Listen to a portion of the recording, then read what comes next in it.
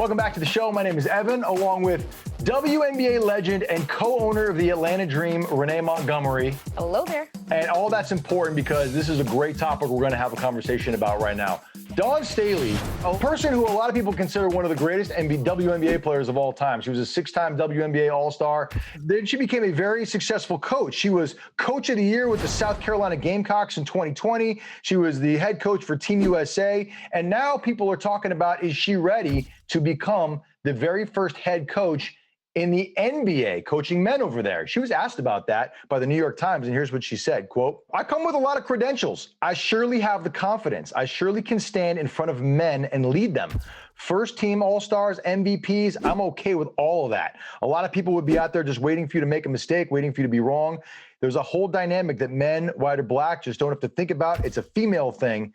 The expectation will be so much greater than the male coach, so much greater. I haven't coached in the league, but you know what? I'm a quick learner. It would be huge. We just need the right situation." And Renee, that comes off the heels of reports that both Dawn and Becky Hammond are in the running for the head coaching job in Portland to replace Terry Stotts. So, I mean, this is what I've been waiting to talk to you about all day long. I mean, you know these women. Number one, you are a WNBA All-Star. You are a very respected player over there, but also you call games for the Atlanta Hawks, so you are very familiar with the NBA game. Do you think somebody like Dawn Staley or Becky Hammond could successfully make the jump to the men's game? Because the men's game and the women's game seem to be on the surface a very different game. Do you think that she could go over there and be successful? I do. And, I think that everything in coaching is about player personnel and how you communicate with them. How do you relate with them? How can you get in touch with them? Well, we know that Becky Hammond was the coach of the San Antonio Spurs Summer League team, and they won. So we know that she has successfully proven that she can lead an NBA team at any caliber to a championship. People are saying, oh, yeah, it's Summer League, but that's not the point. It's that it was the Spurs system that she implemented and she subbed and she figured out how to communicate to those guys. The same with Dawn Staley. You talked about it. She's Team USA coach, so she's coached pros. And also, too, Asia Wilson is one of her players that played at South Carolina, who is an MVP in the WNBA and All-Star. And she said that, of course, she thinks that Dawn Staley could do it because she's already coaching pros. The thing that people need to understand is the hardest thing about it is not is she a woman leading men? It's the college coaches usually have to control every aspect of an athlete's life because you're dealing with young players that are 18 coming into college.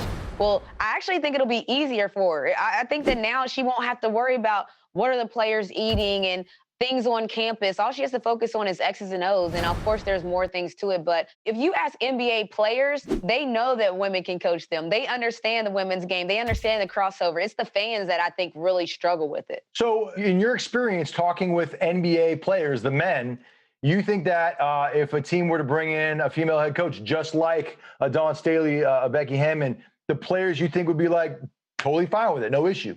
I do. I mean, I think the people they need to talk to is the San Antonio Spurs players, because I think that she's highly respected in an organization that's highly respected in the league. You learn under Pop. What can you say about someone that learns under Greg Popovich? He's one of the best coaches in the business.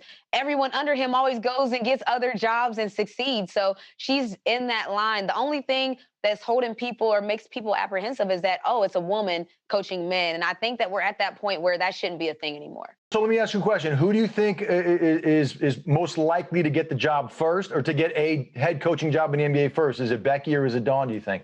It's interesting because with Becky Hammond, she's been in the NBA for so long that you would just think that she's the natural choice.